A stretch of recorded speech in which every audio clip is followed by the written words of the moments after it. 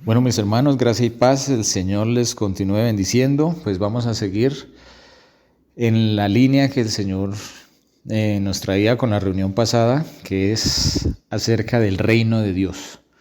Nosotros habíamos visto en Lucas 16:16 que la ley y los profetas eran hasta Juan. Eso es lo que dice Lucas 16:16. La ley y los profetas eran hasta Juan. De ahí en adelante, ¿qué ocurre? Se es anunciado el reino de Dios y todos se esfuerzan por entrar en él. Entonces, desde Juan el Bautista en adelante hay un cambio. Las reglas del juego cambiaron. Antes era la ley. La ley, ¿qué es lo que nos dice? La ley es lo que nos dice, vea hermano, no robe, pórtese bien, ame al Señor, busque de Cristo, no se olvide del Señor, viene un juicio. Esa es la ley. Y el hombre, antes de Juan el Bautista, ¿qué le tocaba hacer? Andar por la ley. Eso era lo que... ¿Y cuál era la función de los profetas? Bueno, entre muchas funciones, pero una función principal era corregir al pueblo o a las ciudades cuando se salían de esa ley.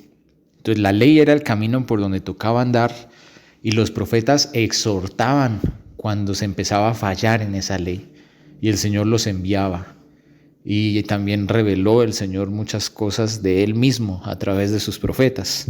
Entonces, ese era el sistema que tenía el Señor funcionando antes de Juan el Bautista. Entonces, ahora el Señor nos dice, ojo, porque la ley y los profetas, este sistema, ha llegado hasta Juan el Bautista. Hasta ahí va la ley y los profetas. No que la ley sea abrogada, ni que ya no se cumpla, sino que ahora el énfasis es distinto. Ahora las reglas del juego son distintas. Ya no nos vamos a guiar por la ley y por la exhortación de los profetas, sino nos vamos a guiar por Jesucristo. ¿Sí? Por Jesucristo. Por eso dice que desde Juan el Bautista el reino de Dios es anunciado y todos nos esforzamos por entrar en él. ¿Sí? Amén, hermanos. Entonces, habíamos visto unos versículos que nos hacían denotar la importancia del reino de Dios en la reunión pasada, que me gustaría que hiciéramos un recorderis un poquito rápido. Por ejemplo, el versículo que está en Lucas capítulo 4, versículo 43. ¿Cómo dice ese, mi hermana? Pero Jesús les dijo, también tengo que anunciar la buena noticia del reino de Dios entre los pueblos, para eso fui enviado. Ay, muchas gracias. Entonces el Señor decía, porque es que el Señor no lo querían dejar que se fuera para otras ciudades. Y prácticamente el Señor Jesús estaba diciendo, bueno, déjenme ir, porque es necesario que yo vaya a otros pueblos y dé las buenas noticias del reino de Dios. ¿Y qué dijo el Señor Jesús? Porque para esto he sido enviado. Entonces, el reino de Dios es algo importante que hay que tener en cuenta y era como lo medular del mensaje de Cristo. Pues eso lo vamos a ir viendo a través de las Escrituras. Otro pasaje está en Lucas, ahí también en Lucas capítulo 9, versículo 59 y 60. ¿Cómo dice ese, mi hermano? Y dijo a otro, sígueme. Él le dijo, Señor, déjame que primero vaya y entierre a mi padre. Jesús le dijo, deja que los muertos entierren a sus muertos, y tú ve y anuncia el reino de Dios. Amén, amén. Entonces el Señor tenía también como comisión o una encomendación, por decirlo así, principal a las personas, el reino de Dios, ¿sí? Eso también lo vamos a ver en Hechos capítulo 1, versículo 3. Listo, ¿cómo dice Hechos 1:3, mi hermana? Después de morir Jesús, se les apareció a los apóstoles y pasó 40 días con ellos, con ellos, dándoles muchas pruebas de que estaba vivo y hablándoles del reino de Dios. Amén. Entonces el Señor Jesús, aún después de que resucitó, Él tuvo un tiempo para compartir.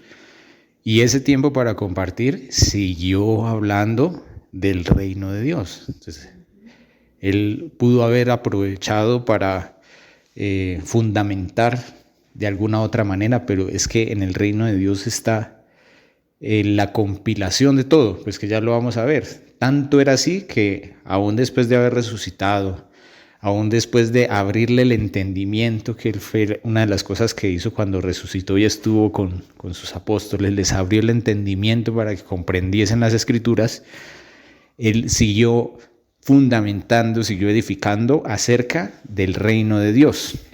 Entonces vamos a ver el otro, Hechos capítulo 8, versículo 12. Ese como dice, habla de Felipe. ¿Cómo era que se conocía a Felipe? Pero cuando creyeron a Felipe, que anunciaba el evangelio del reino de Dios y el nombre de Jesucristo, se bautizaban hombres y mujeres. Amén. Felipe era conocido como el evangelista. ¿Y qué era lo que hacía Felipe el evangelista? Dice el versículo, anunciaba el reino de Dios y el nombre de Jesucristo y se bautizaban. Entonces él era un fiel que hacía la obra del evangelista y tenía el reino de Dios como principal enseñanza y el nombre de Jesucristo. Entonces vamos a mirar en Hechos capítulo 19, versículo 8. Ese dice: Y entrando Pablo en la sinagoga, habló con denuedo por espacio de 3 meses, discutiendo y persuadiendo acerca del reino de Dios. Eso, entonces Pablo tuvo la oportunidad de estar 3 meses en la sinagoga hablando con denuedo y persuadiendo acerca del reino de Dios. Entonces es un tema importante. Hechos capítulo 28, 30 y 31 dice, mi hermana: Pablo se quedó 2 años completos en una casa alquilada, donde recibía a todos los que iban a visitarlo. Él anunciaba el reino de Dios y enseñaba acerca del Señor Jesucristo. Lo hacía abiertamente y sin que nadie se lo impidiera. Eso, entonces vemos como mensaje principal en el Señor Jesucristo el reino de Dios. Incluso el Señor Jesús dijo: para esto he sido enviado, para anunciar el reino de Dios. Cuando envió a los 70 de 2 en 2, les encargó también el reino de Dios. Cuando llamó a esa persona que le dijo: déjame que vaya y entierre a mi padre, él dijo: deja que los muertos entierren a sus muertos y tú ve y anuncia el reino de Dios. Felipe el evangelista tenía el reino de Dios como entre su principal enseñanza y el nombre de Jesucristo. Pablo tuvo oportunidad 3 meses con denuedo a hablar. ¿Y de qué habló? Del reino de Dios. Pablo tuvo 2 años en una casa alquilada. ¿Y qué fue lo que enseñó abiertamente? El reino de Dios y obviamente a Jesucristo. Que es que el reino de Dios y Jesucristo están entrelazados. Podría decirse que es lo mismo. Podría decirse que el reino de Dios es cierta detallación de Cristo. Sí, se puede decir así. Entonces, mis hermanos, ¿ustedes recuerdan qué significa el nombre Jesús? Entonces, el nombre de Jesús significa, en hebreo, en griego es Yahshua o Yeshua. Yah significa Dios, es una abreviación de YHWH, Yah. Y Shua es salvación, o sea, Dios salva. Como cuando uno dice aleluya. Entonces, alelu es alabado sea y Yah es Dios. Entonces, aleluya, ¿sí? Yahshua, o sea, Dios salva. Y en el griego dice, tendrás un hijo, le estaban diciendo a José de María, que tendrán un hijo y le pondrán por su nombre Yahshua, porque él Yoshia. O sea, le pondrás por nombre Dios salva, porque Él salvará. Él es conocido como el Salvador, ¿sí? Entonces, cuando nosotros tenemos, digamos, un problema de electrónica y nosotros traemos al electrónico, esa persona es la que sabe del tema, es la persona que resuelve, es la persona preparada para eso, idónea. ¿Cuál era el campo del Señor Jesús? La salvación. Él es nuestro Salvador, ¿sí? Y nosotros vemos en Lucas 13:23 que al Señor Jesús le preguntan: Señor, ¿son pocos los que se salvan? Entonces, ¿a quién le estaban haciendo esa pregunta? Al Salvador, ¿sí? Al que fue preparado para eso, al indicado, al que tenía más dominio del tema, más revelación y más verdad que cualquiera. Le preguntaron acerca de la salvación. Entonces es muy interesante nosotros saber la persona más idónea en el tema, ¿qué puede responder de la salvación?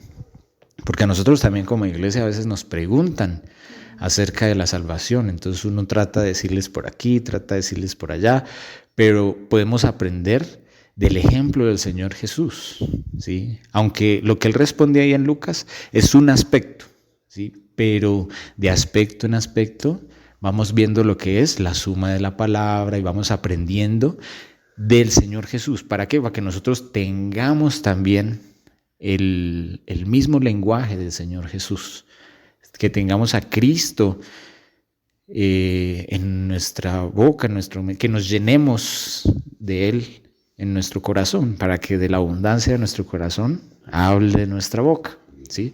Entonces vamos a mirar ahí en Lucas 13:23 qué respondió el Señor Jesús acerca de la salvación. Y alguien le dijo: Señor, ¿son pocos los que se salvan? Y él les dijo: esforzaos a entrar por la puerta angosta, porque os digo que muchos procurarán entrar y no podrán. Después que el padre de familia se haya levantado y cerrado la puerta y entrado fuera, empezáis a llamar a la puerta diciendo: Señor, Señor, ábrenos. Él respondiendo os dirá: no sé de dónde sois. Entonces comenzaréis a decir: delante de ti hemos comido y bebido, y en nuestras plazas enseñaste. Pero os dirá: os digo que no sé de dónde sois, apartaos de mí todos vosotros, hacedores de maldad. Allí será el llanto y crujir de dientes, cuando veáis a Abraham, a Isaac, a Jacob y a todos los profetas en el reino de Dios, y vosotros estéis excluidos. Porque vendrán del oriente y del occidente, del norte y del sur, y se sentarán a la mesa en el reino de Dios. Hasta ahí, ¿sí? Amén. Amén, mi hermano. Muchas gracias. Entonces, al Salvador, al cual su nombre es salvación, le preguntaron acerca de la salvación. Y el Señor ya nos había ilustrado antes que hay un camino ancho y espacioso hacia la perdición. Ahora, Él nos está hablando de esa puerta angosta. Dice, le preguntaron: Señor, ¿son pocos los que se salvan? Y Él de una dijo: esfuércense por entrar por la puerta angosta, porque muchos procurarán entrar y no podrán. Bueno, ahí hagamos un pequeño... hagamos un detenimiento, una reflexión ahí. ¿Por qué? Porque yo no creo que una persona incrédula reconozca la puerta angosta y empiece a tratar de entrar en ella, ¿sí? Más sabiendo que esa puerta angosta es el Señor Jesús. El Señor Jesús dijo: yo soy la puerta de las ovejas, ¿cierto? Amén. Entonces, hay personas que van a reconocer a Jesús y van a decir: Él es el camino, y van a tratar de entrar por la puerta angosta. O sea, avanzaron harto porque no se fueron por el camino espacioso y ancho, es decir, abandonaron los deleites de la carne, pelearon contra ese camino de muerte y empezaron a como decimos aquí, a bregar para entrar a la puerta angosta. Entonces, pero lo hicieron desde cierta comodidad. Eso también lo vamos a ver, si el Señor nos lo permite, a través de las Escrituras. ¿Por qué? Porque el Señor dice que muchos procurarán entrar por esa puerta y no podrán. Entonces hagamos conciencia de que los que han de procurar entrar por esa puerta angosta han tenido cierta fe, han tenido cierta creencia en el Señor Jesús, porque nadie va a querer abandonar el camino ancho y espacioso, dirigirse hacia Jesús, si no ha creído de alguna manera, así sea superficial, así sea no verdadera, pero de alguna manera se ha dirigido hacia el Señor Jesús. Y el Señor Jesús ahí responde acerca de la salvación, es lo primero que dice. Es como si Él dijera, me preguntan de la salvación. Ojo, porque ustedes ya saben que es la puerta angosta. Y muchos procurarán entrar por esa puerta angosta, o sea, van a poder ver el reino, pero no van a poder entrar. ¿Se acuerdan que el Señor dijo que es necesario nacer de nuevo para ver el reino? Pero es necesario nacer del agua y del Espíritu para poder entrar. Entonces, una cosa es verlo y otra cosa es entrar. Que eso es lo que nosotros estamos pidiéndole al Señor, que nos dé revelación acerca de su reino y porque Él nos dice que los que se esfuerzan son los que entran. Entonces, Señor, dirígenos, por favor, hacia en qué sentido se debe dirigir nuestro esfuerzo.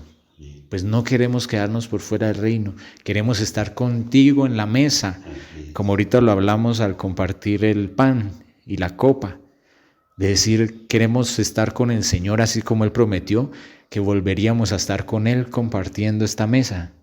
Entonces no queremos quedarnos por fuera. Entonces Él nos dice hoy, ojo, esfuércense por entrar por la puerta angosta. Y el ejemplo tremendo fue el que vimos la reunión pasada de las 10 vírgenes. Que las 10 vírgenes tipifican a la iglesia. Son igualmente creyentes que se guardaron para el Señor, esperan al Señor, tienen lámpara, tienen aceite. Y la mitad de ellas no les fue suficiente eso para entrar en el reino. Entonces, vamos a ver. Y ahí nombra claramente el reino de Dios. ¿Sí? Ahí dice que nosotros habíamos visto en la reunión pasada que el reino de Dios es un lugar donde se entra. La primera etapa es esta donde estamos. En esta etapa del reino de Dios, ¿qué está ocurriendo? Se predica la palabra en todo lugar, a todas las personas. Y en la segunda etapa del reino se establece el reino. Y de acuerdo a lo que ocurrió en la primera etapa, unas personas entran y otras no entran al reino. Y habíamos visto en la reunión pasada que hay un momento donde se cierra la puerta. Que entonces cuando se establece el reino ya materializado, cuando ya se establece 100%, por decirlo así, ya ahí se cierra la puerta. Entonces el Señor dice, esfuércense por entrar por la puerta angosta. Cuando se levante el padre de familia y cierre la puerta, ustedes comenzarán a decir, Señor, pero contigo estuvimos, Señor, pero en nuestras plazas enseñaste, Señor, pero en tu nombre hicimos milagros. De nada les va a valer.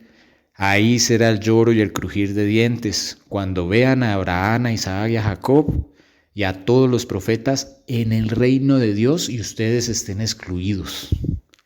Y ahí lo dice claramente, el reino de Dios. Y si ustedes lo quieren ver en Mateo capítulo 8, versículo 5, o vayamos allá y miramos ese interesantísimo paréntesis que hace el Señor Jesús. En la historia del centurión romano. Gracias, mi hermana. ¿Cómo dice Mateo 8, versículo 5 en adelante? Cuando Jesús entró a Capernaum, se le acercó un capitán romano para pedirle ayuda. Y el capitán le dijo, Señor, mi siervo está en cama y no se puede mover y tiene un dolor terrible. Entonces Jesús le dijo, iré a sanarlo. Y el capitán le contestó, Señor, no merezco que vayas a mi casa, pero tan solo la orden y mi siervo da la orden y mi siervo quedará sano, porque yo estoy bajo la autoridad de mis superiores y a la vez tengo muchos soldados bajo mi autoridad. Y le dijo a un soldado, ve, y él va. Y él le dijo al otro, ven, y yo viene, y él viene. Y si le digo a mi siervo, haz esto, él lo hace. Cuando Jesús escuchó esto, se admiró mucho y le dijo a los que le seguían, les digo la verdad, nunca he visto en Israel a nadie con tanta fe. Además les digo que muchos vendrán del oriente, del occidente y en el reino de Dios participarán de un banquete con Abraham, Isaac y Jacob. Pero los que nacieron para tener el reino serán expulsados. Estarán en la oscuridad donde llorarán y crujirán los dientes de dolor. Entonces Jesús le dijo al capitán, ve a tu casa, tu siervo sanará así como creíste. Y en ese mismo instante el siervo fue sanado. Interesantísima historia. ¿Por qué? Porque nosotros ya conocemos esa historia. Entonces el centurión romano le dijo, no soy digno de que entres a mi casa, así como yo doy órdenes, yo sé que también es contigo, así que tú nomás di la palabra y yo sé que tu palabra es autoridad y así como tú dices, así se hará. Y el Señor Jesús, ¿qué hizo? Se sorprendió y dijo, uy, ni en Israel he hallado tanta fe. Este man la tiene clara. Pero vean ese paréntesis tan interesante que hace el Señor ahí. Hace el mismo paréntesis de Lucas 13:23. En Lucas 13:23, donde le preguntaron que si son pocos los que se salvan, él habló de ver a Abraham, a Isaac y a Jacob en el reino de Dios y de que iban a quedar excluidos y de que iba a venir gente del norte, del sur, del oriente y del occidente. ¿Sí? Entonces él anunció esa parte del reino. Y aquí en la historia del centurión romano, él se viene narrando esa historia y el Señor aprovechó y contó lo mismo, ¿sí se dan cuenta? ¿Sí? Él contó lo mismo en esa parte donde dice, además les digo que muchos vendrán del oriente y del occidente y en el reino de Dios participarán en un banquete con Abraham, Isaac y Jacob. ¿Sí? Y también dice que los que se quedan afuera del reino, ese lugar se llama las tinieblas de afuera, donde es el lloro y el crujir de dientes.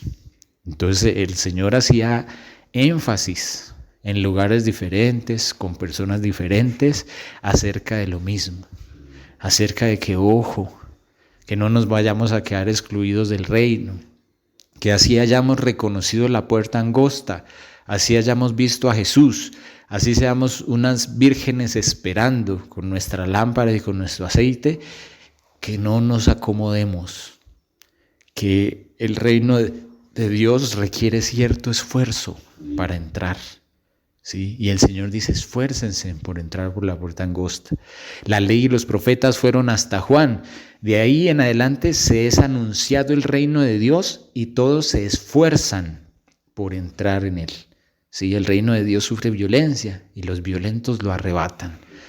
Entonces debemos nosotros encender ese fuego que hay en nosotros y decir, Señor, aquí estamos. ¿Qué hay que hacer? Y como lo pedimos ahorita, Señor, muéstranos, abre nuestro entendimiento, en qué sentido dirigiremos nuestro esfuerzo, porque queremos entrar al reino. Queremos entrar al reino. Bueno, mis hermanos, entonces antes de hacer unos dos últimos énfasis, unas dos lecturas corticas, recordemos que en la parábola de las 10 vírgenes, en Mateo 25, hay dos grupos de vírgenes, prudentes e insensatas, ¿sí? Las insensatas, recordemos, como lo vimos en la reunión anterior, recordemos esos dos grupos, prudentes e insensatos. Las insensatas, al final de todo, empezaron a decir, Señor, Señor, ábrenos, ¿sí?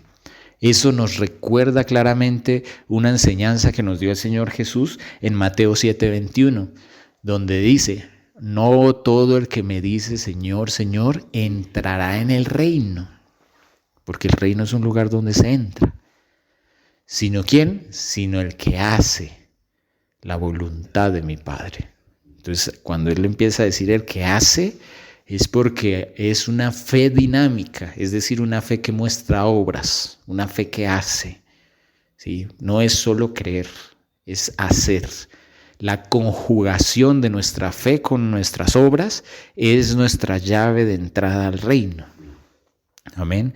Y el Señor sigue diciendo ahí en Mateo 7:21 en adelante. Dice, de cierto les digo, el que oye mis palabras y las hace, lo compararé a un hombre prudente. Qué coincidencia. Y es el mismo autor, Mateo. El que oye las palabras y las hace, dice el Señor Jesús, lo compararé a un hombre prudente. Entonces ahí está la prudencia. Y ahí mismo lo pueden leer en Mateo 7:21 en adelante. Dice, pero el que oye mis palabras y no las hace, lo compararé a un hombre insensato.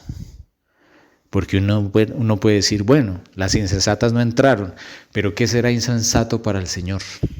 ¿Sí? Para nosotros no quedar en ese grupo.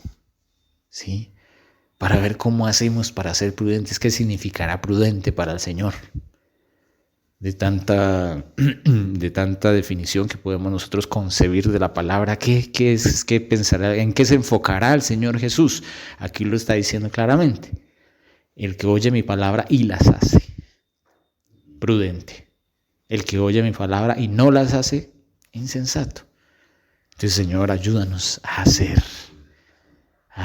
¿sí? Entonces el Señor ya nos viene aclarándonos el día, poco a poco, acerca del concepto del reino de Dios. Miremos en Lucas, ahora sí miremos los dos últimos pasajes. Lucas capítulo 23, versículo 42. Es solo un versículo, pero que nos pone a pensar un poquito. Lucas capítulo 23, versículo 42. Dice mi hermano. Y dijo a Jesús, acuérdate de mí cuando vengas en tu reino. Eso, le dijo a Jesús, acuérdate de mí cuando vengas en tu reino. ¿Quién está hablando ahí? El Señor Jesucristo. No, ahí dice, le dijo a Jesús. El que hablaba era el que estaba siendo crucificado. Eso, era uno. Que reconoció a Jesús. Era uno de los ladrones. ¿Sí? Aquí hay algo interesante porque el Señor dice que el reino de Dios o el reino de los cielos, que nosotros vimos la clase pasada que Mateo le dice reino de los cielos a la parábola de la mostaza, y en Lucas y Marcos se le dice reino de Dios a la parábola de mostaza. Entonces, el reino de los cielos o el reino de Dios es como una semilla de mostaza, que siendo la más pequeña puede tener un resultado grande.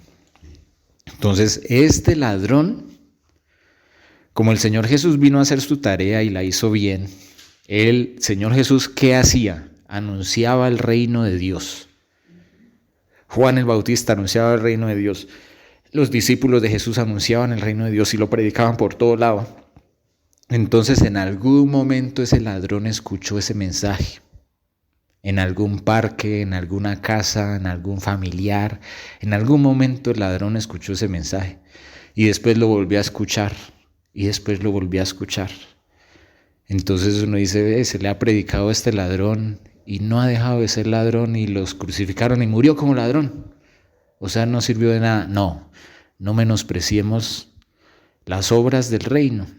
Por más pequeñas que sean, nuestras acciones en el reino podrían ser como una semillita de mostaza que dan un fruto grande. ¿Por qué? Porque este ladrón en la cruz primero reconoció a Jesús.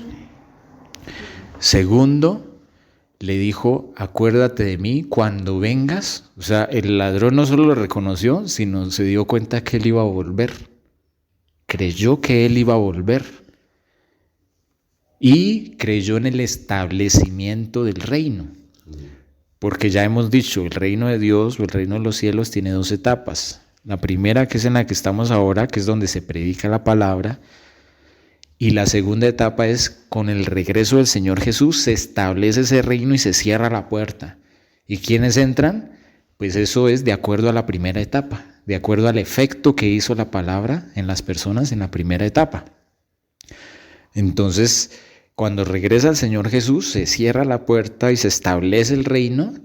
El ladrón sabía eso y le dijo: Señor, acuérdate de mí cuando vengas en tu reino.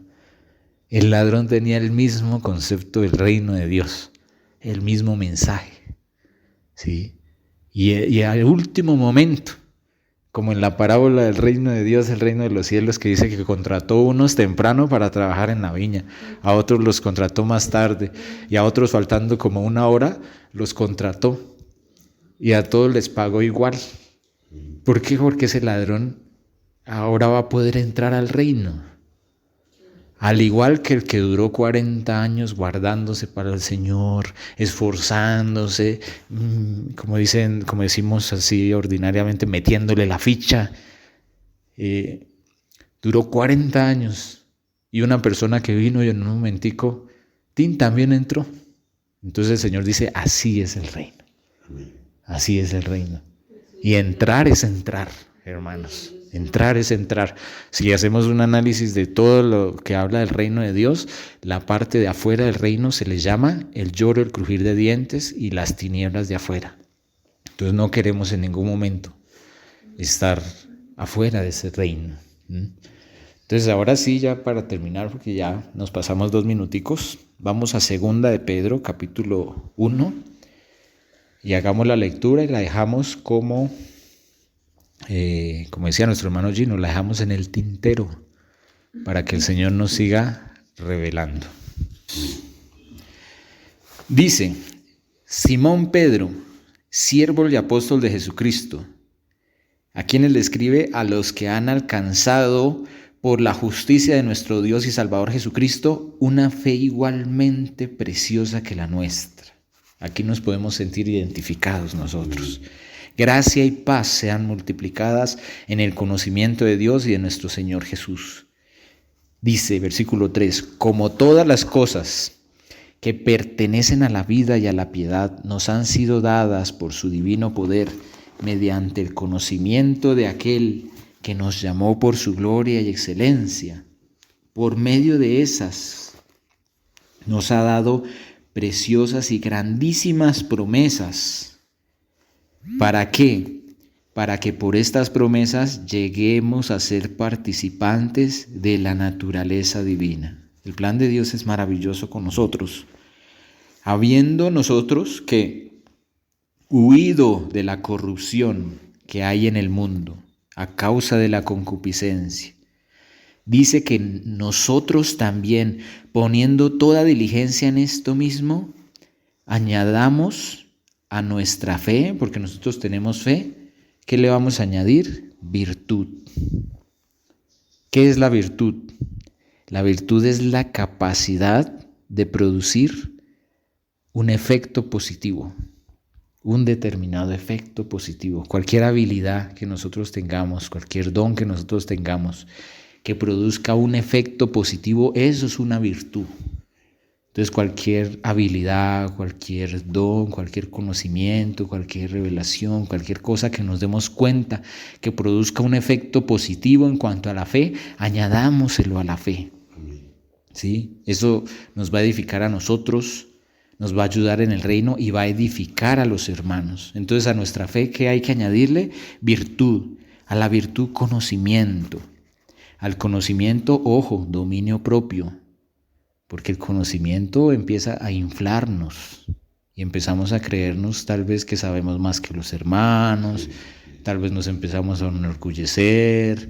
Entonces, ojo, aplacar ese conocimiento con humildad, sabiendo que ante toda la verdad nosotros no sabemos casi nada, un poquitico, y que el conocimiento es del Señor, que si algo lo sabemos es porque al Señor le plació.